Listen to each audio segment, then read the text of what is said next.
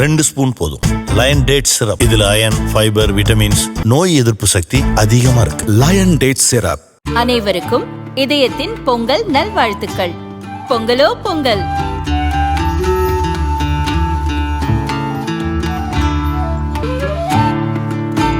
அனைவருக்கும் இதயம் மந்த்ராவின் பொங்கல் தின நல்வாழ்த்துக்கள். பொங்கலோ பொங்கல். சென்னையில் நடந்த டிவி டிபேட்டின் போது திமுக பாரதிய ஜனதாவினர் இடையே மோதல் வெடித்தது. இது தொடர்பாக தமிழக பாரதிய ஜனதா இளைஞரணி தலைவர் எஸ்ஜி சூர்யா மற்றும் சில பாரதிய ஜனதாவினர் மீது போலீசார் வழக்கு பதிந்தனர். பெண்ணை மானபங்கப்படுத்தியது, தாக்கியது உட்பட பல பிரிவுகளில் வழக்கு பதிவு செய்யப்பட்டது. பாரதிய ஜனதாவினர் தாக்கியதே திமுகவினர்தான். ஆனால் தாக்கப்பட்ட பாரதிய ஜனதாவினர் மீது போலீசார் வழக்கு பதிவு செய்துவிட்டனர். இது திமுக அரசின் உள்ளடி வேலை என்று பாரதிய ஜனதா குற்றம் சாட்டி வருகிறது. இது தொடர்பாக கவர்னர் ரவியை சந்தித்து எஸ்ஜி சூர்யா மனு கொடுத்தார். அடுத்ததாக அமித்ஷாவையும் சந்திக்கப் போவதாகவும் அவர் கூறினார். 30 நாட்களுக்கு முன்பு ஒரு கற்பழிப்பு சம்பவம் நடக்குது, போஸ்கோ கேஸ். 40 நாளில் குற்றவாளிகள் கண்டுபிடிக்கப்பட்டு ட்ரையல் நடந்து இன்னைக்கு மரண தண்டனை நிறைவேறிடுச்சு. 40 நாளில் ஒரு சிறுமியை கற்பழித்தவன் மரண தண்டனை தூக்கில் போடப்பட்டு கொல்லப்பட்டிருக்கிறார். இப்போ ஒரு மாநிலமும் சட்டம் ஒழுங்கை பாதுகாப்பதற்கு இவ்வளோ நடவடிக்கைகள் எடுத்துகிட்டு இருக்கும்போது தமிழ்நாட்டில் மட்டும் திமுக அரசாங்கம் அரசியலில் இருக்கக்கூடிய எதிரில் இருக்கக்கூடியவர்கள், எதிர்கட்சியை சேர்ந்தவர்களை கண்காணிப்பது, அவர்களை கைது செய்வது, அவர்கள் மீது பொய் வழக்கு போடுவது, அவர்களை சித்திரவதை செய்வது, இது மட்டுமே வேலைன்னு காவல்துறையை மாற்றி வைத்து அவர்களுடைய சொந்த விருப்பு வெறுப்பத்திற்காக இயங்கிக் கொண்டிருப்பது வெட்கக்கேடானது. தமிழகத்தில் சட்டம் ஒழுங்கு பாதிக்கப்படுது. கொலை, கொள்ளை, கற்பழிப்பு இது எல்லாமே அதிகமாக இருக்கிறது. ஒரே காரணம், திமுக காவல்துறையை அரசியலாக்குவதால் மட்டுமே. அதை மீண்டும் மீண்டும் சொல்லிட்டு வரோம். அதுக்கு எல்லாரும் கண் முன்னாடியும் நடந்த எடுத்துக்காட்டு. உங்களுடைய ஊடகத்தில் ஒரு தொலைக்காட்சி நடத்தி விவாத நிகழ்ச்சியில் போய் கலந்துக்கிறேன். அந்த இடத்துல திமுகவை சார்ந்த 150 ரவுடிகள் உள்ளே புகுந்து எங்கள் ஆட்களை அடித்து விட்டு கலாட்டா செய்து விட்டு செல்கிறார்கள்.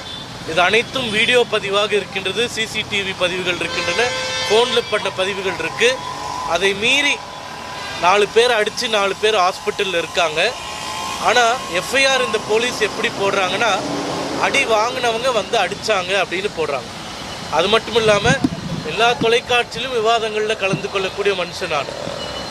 இந்த காவல்துறையினர் 20 பேர் இருக்காங்க, திமுக காரங்க 150 பேர் இருக்காங்க, பிஜேபியிலேருந்து 100 பேர் இருக்காங்க.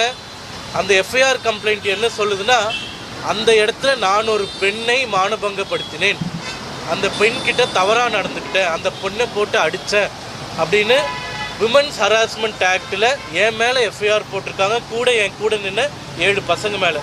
அப்போ இனிமேல் நாளைக்கு உண்மையிலேயே ஒரு பெண் பாதிக்கப்பட்டு ஒரு கம்ப்ளைண்ட்டுன்னு கொடுத்தா அது உண்மையாக பொய்யான்றது எப்படி தெரியும்? திமுக காரங்களே இப்படி ஒரு தவறான கம்ப்ளைண்ட் கொடுத்து ஒரு பெண்ணை அதை கேடயமாக்கி, இது எல்லாத்தோட விசேஷம் என்னென்னா, எந்த பெண் என் மேலே கம்ப்ளைண்ட் கொடுத்தாங்களோ அந்த பெண் அந்த இடத்துல அன்றைக்கி இல்லவே கிடையாது. அப்போது காவல்துறையினரை எப்படி அரசியலாக்குகிறார்கள்? அவங்க வேலையை பண்ண விடாமல் இப்படி அரசியல் காரணங்களுக்காக காவல்துறையை பயன்படுத்துவது தமிழ்நாட்டில் கடந்த 75 ஆண்டுகளில் பார்த்திராத ஒரு லோவஸ்ட் பாயிண்ட். இப்போது இந்த அரசாங்கம் என்ன நினைக்குதுன்னா, திமுகவை எதிர்த்து யாருமே பேசிடக்கூடாது, யாருமே எந்த கருத்தையும் சொல்லக்கூடாது. அப்படி யாராச்சும் பேசினாங்களோ கருத்து செஞ்சாங்களோ இது போன்ற தவறான வழக்குகளை பதிவு செய்து அவர்களை முடக்குவதில் தான் நாங்கள் குறியாக இருப்போமே தவிர நாங்கள் செஞ்ச தப்பை திருத்திக்க மாட்டோம் அப்படின்னு திமுக மிக தெளிவாக இருக்கின்றது. அந்த முழுக்க அன்றைக்கி நடந்த சம்பவங்கள், அன்றைக்கி எடுத்த வீடியோ ஆதாரங்கள் அனைத்துமே ஆளுநர்கிட்ட சமர்ப்பிச்சிருக்கோம். நாங்கள் கொடுத்த வழக்கில் இன்னும் எஃப்ஐஆர் பதிவு செய்யாதது குறித்து சொல்லியிருக்கோம். ஆளுநர் மாநில அரசாங்கத்திடம் இந்த வழக்கு குறித்தும் இந்த சம்பவம் குறித்தும் ஸ்டேட்டஸ் ரிப்போர்ட் கேட்கப்படும் என்று உறுதியளித்திருக்கிறார். நிச்சயமாக ஆளுநர் அரசாங்கத்திட்ட கேட்க போகிறார். மத்தியில் ஆளக்கூடிய பாரதிய ஜனதா கட்சியினுடைய இளைஞரணி மாநில தலைவரையே இது போன்ற தவறான வழக்குகளில் புனைய முடியும் என்று திமுக அரசாங்கம் நினைத்தால், முதல்வர் ஸ்டாலின் அவர்கள் நினைத்தால் நிச்சயமாக அவர்கள் வெற்றி பெற முடியாது. இந்த நாடானது இங்கே இருக்கக்கூடிய அரசியலமைப்பு சட்டம், இங்கே இருக்கக்கூடிய சட்டங்களால் இயங்கக்கூடிய நாடே தவிர திமுகவினர் எழுதக்கூடிய சட்டங்களுக்காக இயங்கக்கூடிய நாடு கிடையாது. இது ஒரு டெமோக்ரஸி, ஜனநாயக நாடு. இங்கே நீதிதான் நிலைநாட்டப்படும். இந்த தவறான வழக்கை பதிந்தவர்கள் தவறு செய்தவர்கள் மீது நடவடிக்கை எடுக்காதவர்கள் இவர்கள் எல்லாருமே சட்டத்தின் முன் வந்து நின்றாக வேண்டும், பதில் சொல்லியாக வேண்டும். அந்த பதில் கிடைக்கும் வரை நாங்கள் போராடி கொண்டே இருக்கிறோம். இப்போது ஆளுநரை சந்தித்து முறையிட்டிருக்கிறோம். அடுத்தது மத்திய உள்துறை அமைச்சரை சந்தித்து முறையிட இருக்கின்றோம். இந்த வழக்கை சாதாரணமாக நாங்கள் எடுத்துக்கொள்ளப் போவதில்லை என்பதை மட்டும் முதல்வர் ஸ்டாலின் அவர்களுக்கும் திமுகவுக்கும் தெரிவித்துக் கொள்கிறோம்.